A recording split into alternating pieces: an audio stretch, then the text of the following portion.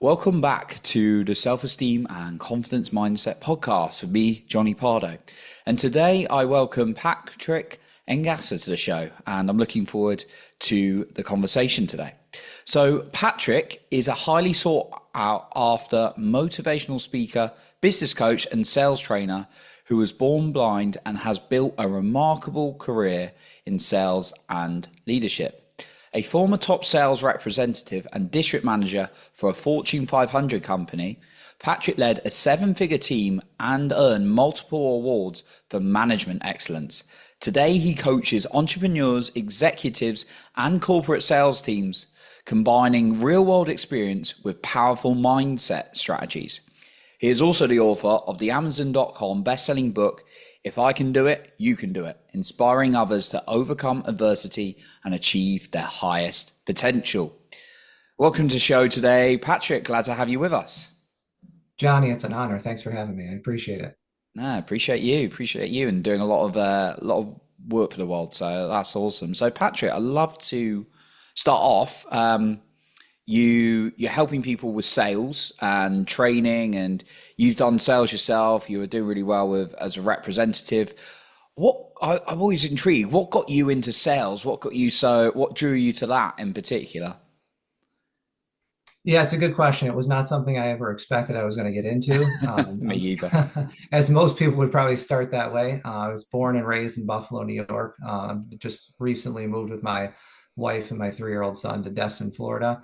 So we're loving that. But when in Buffalo, you may be familiar, football is a huge thing with the Buffalo Bills. So the way that I followed football was on the radio. Being blind, I couldn't obviously watch it on TV, and it was my way of kind of picking up on what was going on in the game and being able to high five everyone else and celebrate together with family and friends. So I always wanted to go into sports radio, talk show, pregame, postgame, and color commentator, things like that. So that's what I really was looking to do. And then I graduated from college with a degree in communications and broadcasting during that 2008, 2009 kind of financial apocalypse, when it was very difficult to find a job in any industry, and with no experience, very difficult in a small local radio market. So I ended up getting into doing some call center work for a short period of time. It was collections. I really didn't like it. It was the one thing in my life that I've done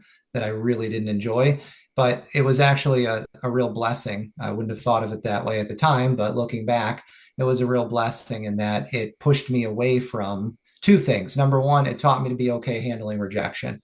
Because when I got into sales later, true sales, insurance sales, having people tell me no, or I'm not interested, or we're all set, was very kind compared to what people were telling me on the phone when I was trying to call them to collect money on their overdue bill. So they used a lot of not so nice phrases that were a lot harsher than what I got in sales later. So I really built that thick skin and was okay with rejection later as a result, which I wouldn't have thought of that, but it worked out. And the second thing is it really got me to understand what I didn't want.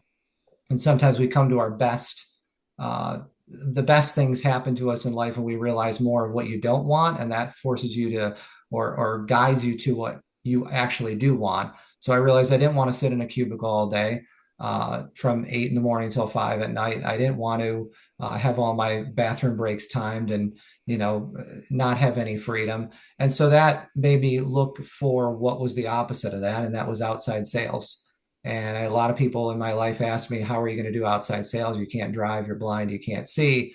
And I had no idea, but I just said, hey, it's got to be better than what I've been doing. I'm going to jump in and give it a shot. They didn't ask me, they didn't say, hey, you have to be here at this time and you have to do X, Y, Z every day. It was just, hey, if you don't produce, you don't eat, and you won't be here long. So I'm like, all right, that sounds good. So you're not going to control every minute of every day. And so I stepped into it, and the beginning was a big challenge. The first year with no business or sales experience was a huge challenge, but got through that. And then the rest is history. I really fell in love with the industry, and fell in love with the coaching aspect of it, of training reps later on in my career. So that's kind of how I got to where I am now. That's awesome. So what was the Yeah, what would you say to someone? You talked about rejection, and you had to Mhm. develop quite thick skin in that call center.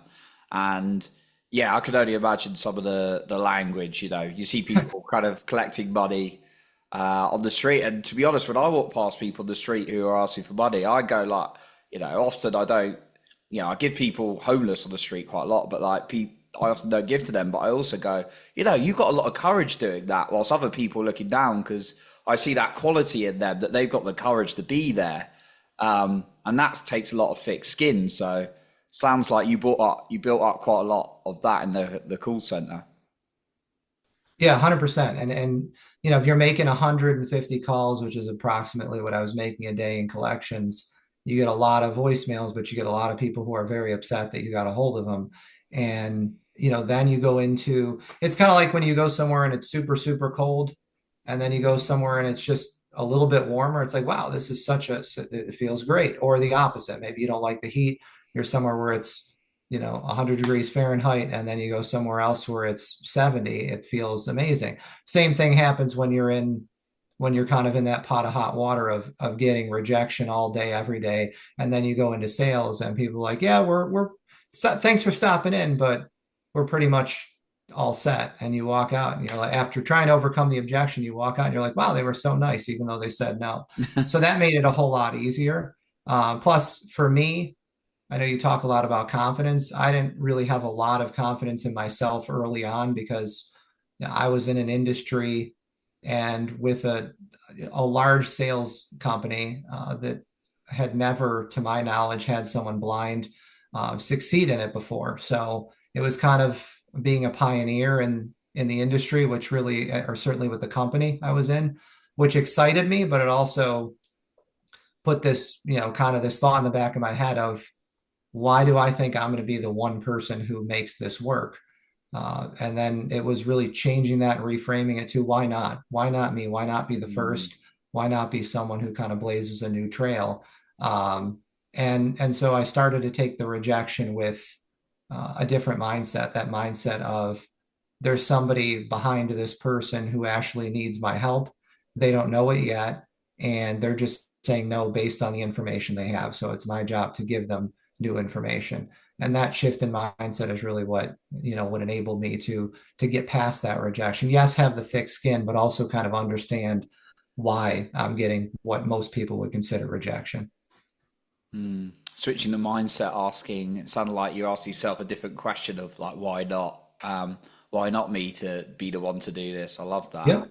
With your rejection, is something that comes up, or the fear of rejection is something that comes up a lot from like the listeners of this podcast. I know it's featured in my life many times because I'm a human being.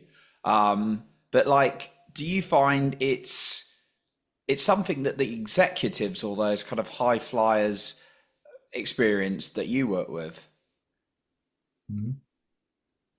Yeah, when you mean in terms of what executives, how they teach sales, you mean? No, do you find like it's something that even the executives you're kind of like working with or coaching the people who are coaching, do you feel it's quite common the fear of rejection? Oh, absolutely. Yeah, I think it just changes a little bit. Mm, I think you get better equipped to deal with it usually when you've been around for a period of time and when you move into that new position. But when new executives bring me in, or even veteran, executives of sales, leaders of sales teams, sales managers bring me in to coach their teams, or I'm doing an ongoing coaching program with them.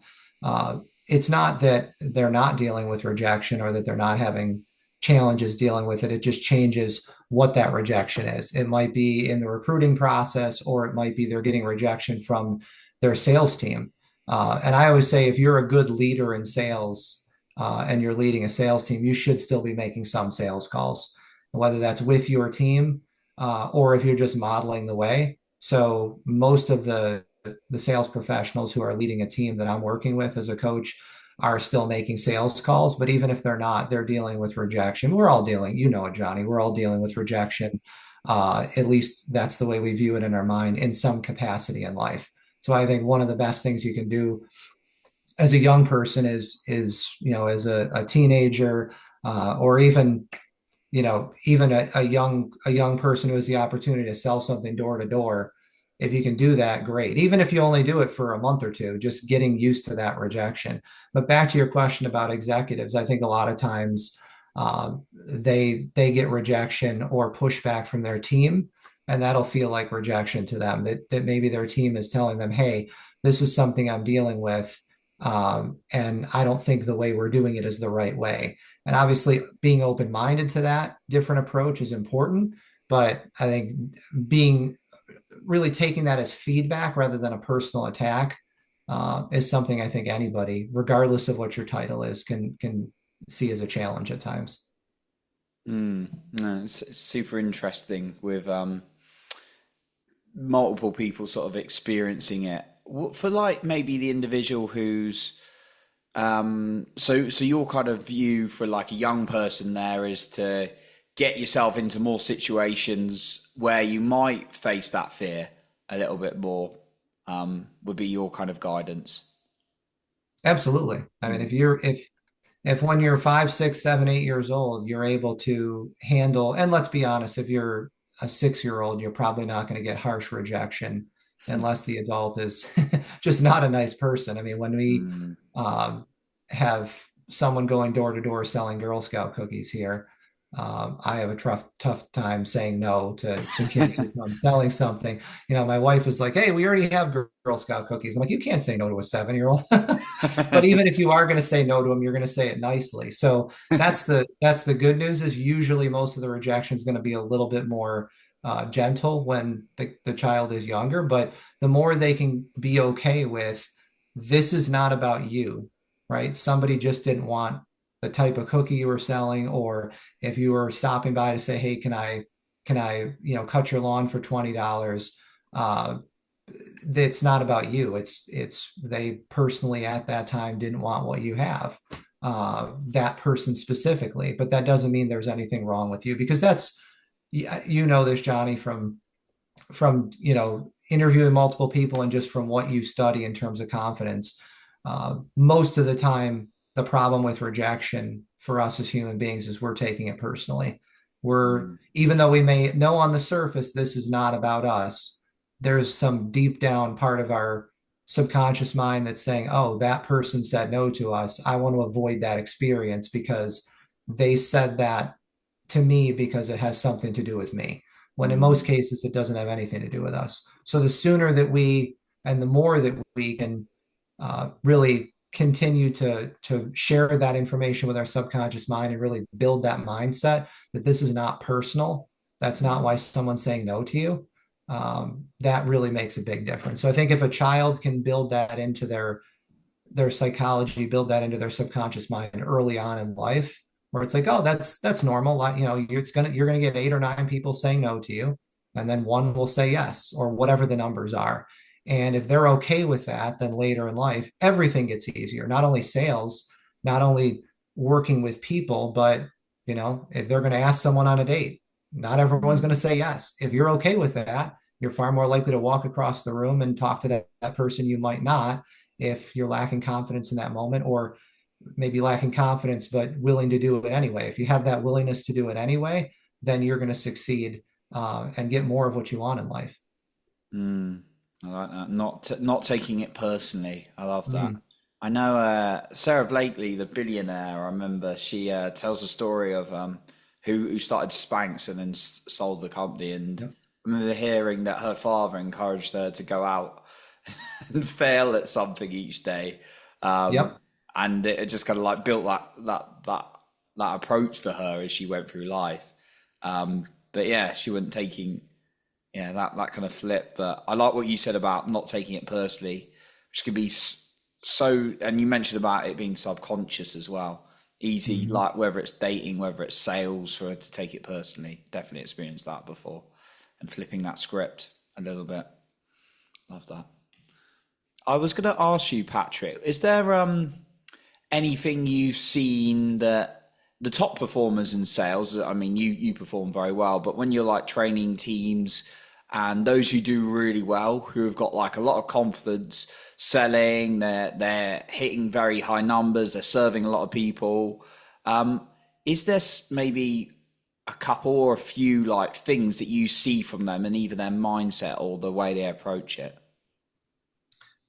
Yeah, I think that's a great question. And I think that everybody's a little bit different, but a couple common threads that I think run through most top performers in sales or business that I coach, Mm, entrepreneurs that I coach, is usually they care what people think who are close to them, their inner circle. And this is something I struggle with for years that I'm still a work in progress, but I'm way, way better at now than I was when I was, 10 years ago, 15 years ago.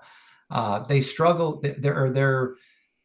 they care what people in their inner circle think to a point, right? Because those are the people who are most important, their family, their close family, their friends who they choose to bring into that inner circle.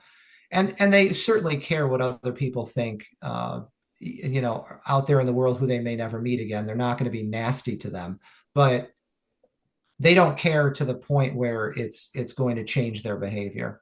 So mm, if they're going to call on someone, if they're negotiating a deal, or they're across from a prospect at a table or on Zoom or on the phone, uh, they care what that person thinks as a human being, but they're not going to let it affect them as a person. And I think a lot of people, they struggle in sales or in business because they really care too much about the opinions of other people who they probably have never met before, and in most cases are never going to talk to again if it doesn't go well. So they think of the worst case scenario being this person doesn't like me, and once again that translates to there must be something wrong with me, rather than them looking at it from the perspective of, hey, I believe in what I do.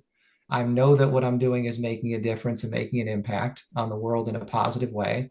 I have good intentions, so I'm not here to you know, steal or harm other people. Obviously, if you're doing that, stop doing it. mm, But as long as you're doing it for the right reasons and you believe in what you're doing and you believe you're the right person to bring it to the marketplace or to make an impact on the world, um, you don't need to and shouldn't care so much about the opinions of other people that it changes your behavior or stops you dead in your tracks to not do that, whatever it is that action that you need to take. Because let's be honest, most of the time we're worried about what other people are thinking, and they're really not thinking a whole lot about us. After that sales call, they hang up the phone and they go back to what they were doing before, and they may never think about it again.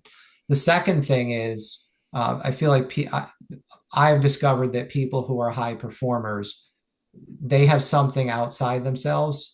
Their mission is bigger than themselves, is the way I like to say it. So they have a mission that mm, is bigger than just their accomplishments. It's important to have personal goals that, hey, I want to make X amount of dollars because that's going to enable me uh, to buy the house that I want, to buy a boat and fish with my father, who I've never been able to do that with. Let's say I'm just making this up, but I always coach when I'm coaching entrepreneurs in particular, and they say I want to increase my income by $50,000 over this period of time, whatever that period of time is. I always ask why. What is that going to enable you to do? Because the $50,000 doesn't mean anything if there isn't something emotional and personal attached to it.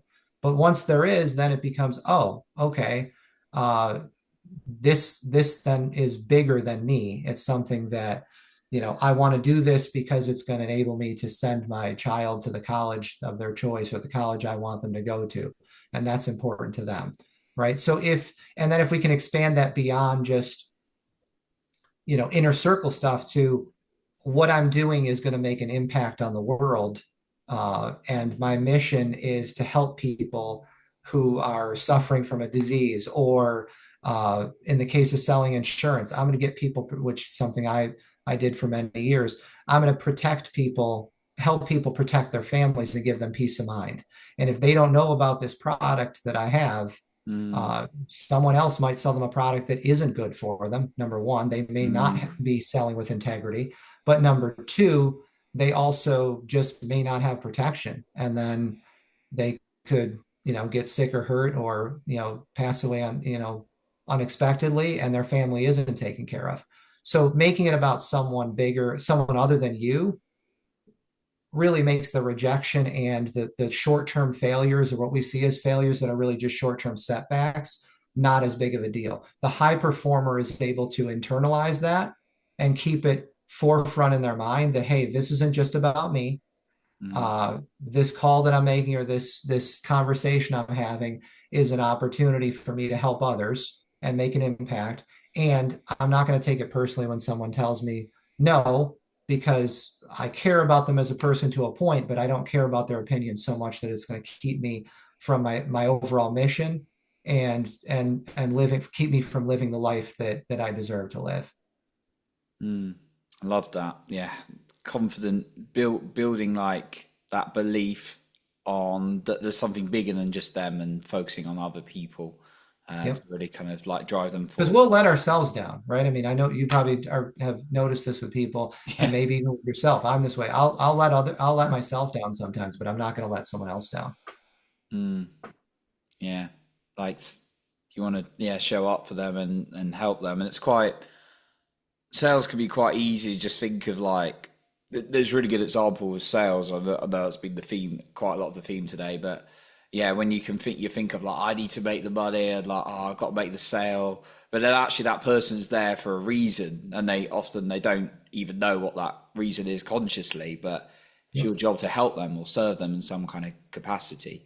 Like yeah, I like what you said with insurance. Making sure they got peace of mind and they're covering their family in terms of that, or supporting them with their dream because what they're doing now is miserable. So it's bigger than yourself. I like what you said there. Thank you. Yeah. Yeah, Patrick, I was going to ask you, like, you mentioned you didn't have a lot of confidence before you started. You're in like the call center, and it wasn't getting the most pleasant feedback from people and things like that.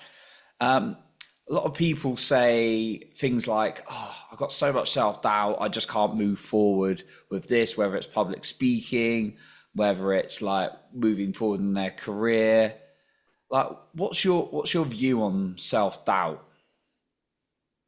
Well, I think when it comes to self-doubt, that's an awesome question because I think that a lot of times people think self-doubt is something that, that they're going to overcome their fear. Like there's some magic formula on how to overcome their fear. And there are things that you can absolutely do strategically um, to help you do that. But I think a lot of people, when they think of fear or they think of having confidence or overcoming self-doubt, that there's going to be some magic button or thing that they do and it goes away and they don't have fear or they don't have self-doubt. And, confidence, at least in my experience, doesn't mean that you're not fearful or that you're not that sometimes you're not 100% self-confident going into a situation. It's that you understand that if you don't take action, nothing's going to change. And it's feeling that fear. And you've heard this before. I certainly didn't invent this, but feeling the fear and doing it anyway, right?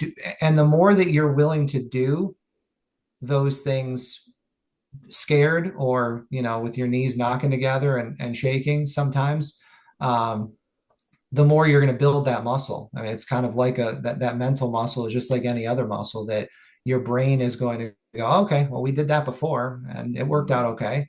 And the more you have even little successes being in situations where you're outside your comfort zone and you're stretching that comfort zone and you have a positive experience that comes out of that, you're going to be more likely to have that courage in other times. And courage doesn't mean you're not scared. It doesn't mean that you're, at least in my experience, I've never had a, a high pressure situation that I walked into that I was like, yeah, I don't feel any sort of, I don't say fear, but any sort of self-doubt at all. It's just you work through that and push past it. And the more you're able to push past it during that time, the more you're able to build that muscle memory. That's what I teach.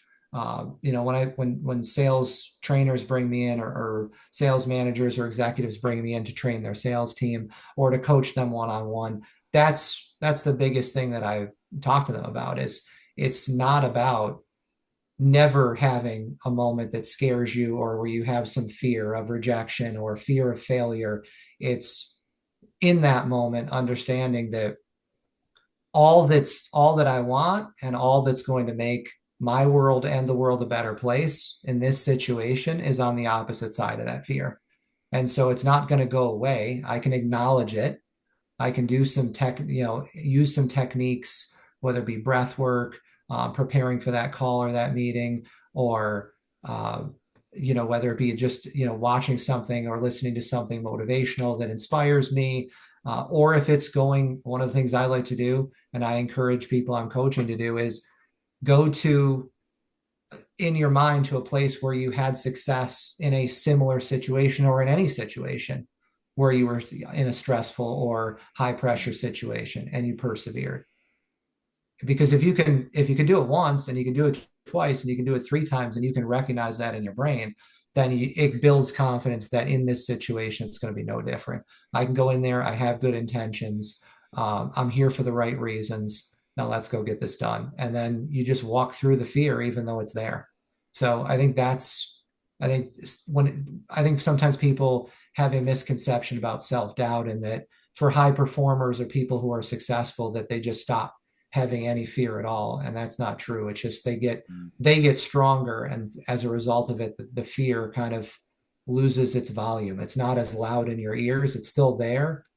You acknowledge it, but because you've dealt with it so many times before and walked through it, at least that's the metaphor I use, then I think you're far better equipped to deal with it and take action in those moments where you feel like the whole world's against you. Mm. I love that. Taking action on the things and then building like a memory or like sort of an evidence bank more and Yep. more to sort of make it go quieter. I love that one. That's Absolutely. Yeah, the powerful. more evidence you have that it's happened before, and it's gone well. Don't think of in those moments about the things that hasn't gone well, the times it hasn't gone well, but think of the things, the Mm. times, and sometimes it helps to write it down. For me, if I have the time, sometimes it's 60 seconds to go time. I don't have time to write it down or type it out. But if I can do that and then review, hey, these are, 15 or 20 times that I've stepped up to the plate, and, walk through fear, stretch my comfort zone and got a positive result out of it. You're far more likely to do it then, and do it with confidence. Someone else would say, they perceived you to be confident, when you might think, hey, I really wasn't that confident. I was scared and did it anyway. Yeah. Yeah, it's crazy the perception sometimes that people have, like, oh, you seem very calm. On the inside, it was not always. 100%. Yeah, I love that. So yeah, Patrick, I know you've got a book that was you released last year in 2024. If I can do it, you can do it. Yeah, what's the kind of like main theme behind that book for releasing it?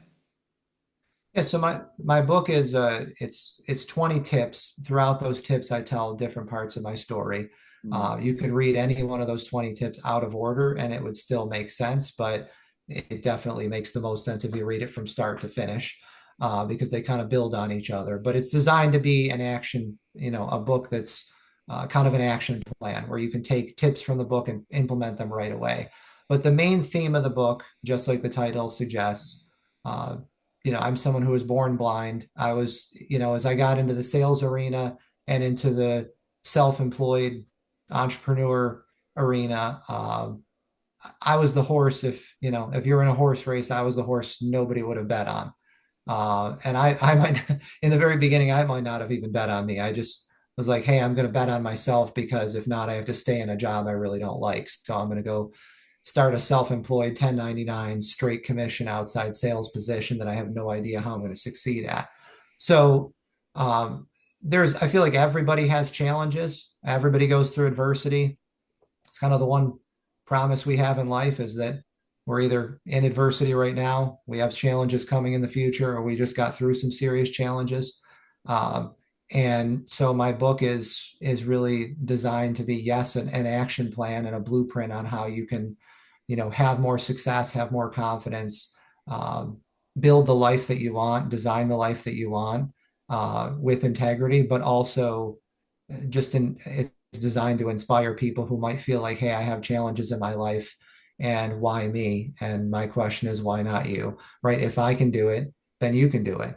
Nobody would have bet on me, as I said. I mean, maybe my family, but that's just because they were being nice. Nobody else would have bet on me being successful in the industry, in the industry that I was in. So if I can overcome my challenges, and there's certainly people who have greater challenges than me, but if I can overcome them, then I feel like everyone should feel like they've got a shot to go out there and make what they want their life to look like a reality and make a difference. For me, as I said, a lot of it is, wanting to make an impact in the world bigger than outside yourself. For me, a lot of that comes from my Christian faith, but whatever it is for someone else, it's having that mission, knowing that, uh, you can make a difference in the world, whether that's to one person, whether that's changing your family tree, because, hey, a lot of times this is what my family has always been like. Everybody has struggled financially or in other areas, maybe with addiction, or there's countless ways people may struggle as a family. And you may feel like I'm the one who I want to break that curse or break that chain. I don't know how to do it, or I don't know if I'm strong enough to do it. For that person, the book is designed to, my hope and prayer is that the book would inspire them to say, hey, I'm going to be that one who's going to make a difference. Or if they have challenges and they walk into a new industry or start their own business. I have a tremendous amount of respect for and love for someone who, says I'm going to step out and be the first person that I know to be self-employed. Or I don't know if this idea is a good one or not, but I've done the calculations and I feel like I'm taking a calculated risk. But their doubt, maybe their self-doubt and lack of self-confidence, and for that one thing might be holding them back. If I can do it, you can do it. So that really was the theme behind the book. Mm. Yeah, inspired action for like overcoming adversity and creating possibility for people. Wow, I love that. Mhm. That's awesome. Such an amazing thing to do. Patrick, is there anything you find? I'm always intrigued. Is there anything that you find useful for yourself as a kind of like a daily practice? Because people, for your like mindset and working yourself. Yeah, I do. I do something. You may have read the book, The Miracle Morning. Oh yeah, love it. I heard of it. Savers. Yeah. So waking up in the morning, it doesn't have to be. I mean, in The Miracle Morning, Hal Elrod talks about 6 things to do first thing in the morning. I feel like if all 6 of them, if you can't do all 6 of them, doing a couple of them, right? Doing Mm, something with affirmations, even if it's just for a couple of minutes, to wire your brain every day. Because if you just do it once in a while, a lot of times do it once in a while, people will say it doesn't work. Well, that's because you're not doing it regularly. At least that's what I found. I've done it sporadically and found it to be ineffective. If I do it regularly, it works. Prayer or meditation. I pray in the morning, but for some people, meditation is, it's, basically the same practice where they get alone with themselves. They shut their mind down as much as we can as human beings and quiet their mind and really get in a place where they can then fill their mind with positive things. So for me, if you are going to pray and meditate, get alone with yourself after you clear your mind out as much as you can. And I do that with breathing. So with breath work, you and I were talking mm, before this interview about breath work, and I do Wim Hof breathing. But whether if someone's not familiar with Wim Hof, he's got a lot of great stuff online uh, that you can do with tutorials on breathing and breath work. But for me, focusing on my breath and quieting my mind first thing in the morning, and then taking that blank canvas that is my mind, or as blank as it can be, um, and filling it with something positive. So, positive affirmations for me. So, those are things that I tell myself about where I'm going. Like before we came to Florida for the last 2.5 years prior to that, I would say affirmations about, I am or I live exactly where I live. And the amazing thing is we found a house in the community where we wanted to live in that area. And there weren't a lot of houses that were coming available, but the time when we were ready to move, it worked out. Um, I'm not saying that is 100% because I said those things, but I think I was far better prepared to receive that. And, I was aware of what was going on, aware of what would need to happen in order for that opportunity to come across my path and my family's path. So first thing in the morning, kind of emptying out your mind, um, putting something positive into your brain, whether that's reading or watching something, a video on your favorite video platform, whether that be YouTube or whatever, going on and watching something positive versus getting up and while you're pouring yourself a cup of coffee, watch, the negative, something negative on the news. It's starting your day with something positive, feeding your brain, breakfast for your brain, I call it, something positive first thing in the morning, resetting, and then uh, giving your having a positive ritual, whether that's reading, if that's your thing, listening to an audiobook that's positive, and filling your brain with something positive. And then, for me, I like to write down three things that I want to accomplish that day. I think any more than that, and you're setting yourself up for failure. But for me, I want to make a commitment to myself that I'm more than likely going to keep. Because I think that's another thing that builds self-confidence is if you are, and this is something I teach all my coaching members, if you're going to make a commitment to someone else, keep it. But that's usually easy for us as people. If we're a high performer, the harder one is, as we talked about earlier, keeping commitments to yourself. So don't say you're going to work out for 2 hours if you're not, because your brain remembers that you didn't do that. And Mm. that is something that will hurt your self-confidence, not help it. So I write down three goals that I have for the day. And those are the three things that I want to knock out as early in the day as possible. Because one, if they don't go well, they're over and they're behind me because they're usually the hardest things that I need to accomplish for that day.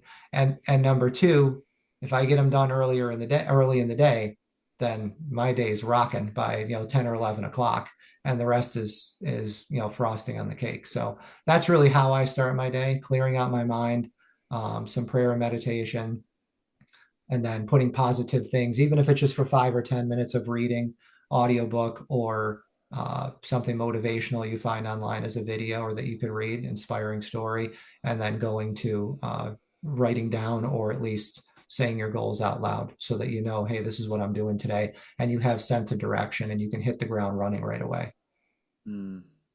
Sounds like some very simple and effective things. I like the free commitments and getting them done early to build that momentum of confidence for the day that you've done what you said you're going to do as well. Those free commitments.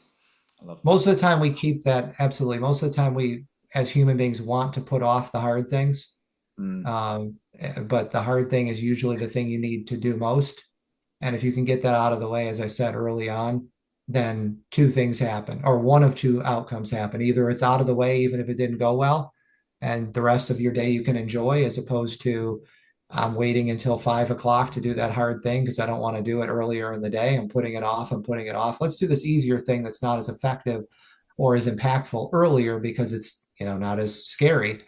Um, versus attacking that right away. And obviously, the second option is it goes really well and you feel great and have energy and positive mindset for the rest of the day because you just closed a deal or, made an impact or made that phone call, made a connection with someone who you thought wouldn't connect with you. They did. And now you have a relationship started with somebody who is important, whatever the case may be. Or reviewed and submitted my taxes. Getting that done. Get that out of the way first thing. Absolutely. Don't That sit does on feel that until good. the evening. I make sure that gets blocked off a fair chunk of time though when it's the morning because you never know what questions are going to come up. But that does feel good when you do It that. sure does. But I love Getting that. that behind you is always a positive. Yeah, it feels good when it's done. So yeah, and your other examples as well. So Patrick, I want to thank you for all these confidence tips, all these ways of like leading ourselves better and working through self doubt that you've shared today. I know you're helping many like sales teams representatives, like executives out there with this as well. For the listener, if they want to find you, when they want to find you, they want to contact you. Where's the best place to find you? Either like website, social media, or whatever's best. And is there anything you'd like to leave us with today in terms of a final? Yes, absolutely. So I have a gift specifically for your podcast listeners and subscribers because you had me on, which I know you uh, you can't have everybody on, and you have awesome guests. So you have a lot of people want to get on your show. So I appreciate you bringing me on to share some of these thoughts. So I'm gonna open up some slots on my calendar for anybody who would like to do a strategy session. I'm gonna waive my fee on that. So if you want to just put in the notes that you're from Johnny's podcast, that would be helpful. And or just let me know when we get on the call. But the website is talkwithpatrick.com, Mhm. spelled exactly how it sounds, talkwithpatrick, Patrick.com. And that will take you right to my work calendar for strategy sessions. So love to help any of your listeners who has something they're looking to work on in terms of mindset, self-building, self-confidence, or sales, or anything related to business or entrepreneurship. Anybody who's a sales manager or executive, I'd love to talk to you about if it is a good fit for me to work with your team or your organization. If you're looking to reach out to me or just find my main website is Patrick Engasser, ENGASSER.com, because I know my name's kind of easy to misspell, patrickengasser.com. You can find me on Facebook, Patrick Engasser, or you can find me on YouTube, Patrick Engasser. If I can do it, you can do it. And then obviously you talked about the book. If I can do it, you can do it. It's also the name of my book. But the big one is I'd love to work with, or at least have a conversation with, and strategize how some tips on how I can help some of your listeners. So talkwithpatrick.com. Would love to meet many of you and see how we can work together or how I can help you. Oh, amazing, Patrick. Thank you so much. Yeah, be sure to check out the show notes below this episode. We've got the links to booking a session with Patrick and Patrick's website and all the resources we just mentioned there. So it'll be in the show notes as you're listening or watching this. So Patrick, a big thank you for coming on the show today. It's a pleasure, Johnny. Thanks so much for having me. I appreciate it. Thank you. So that concludes our episode for today. And remember to lead with your heart and not with fear.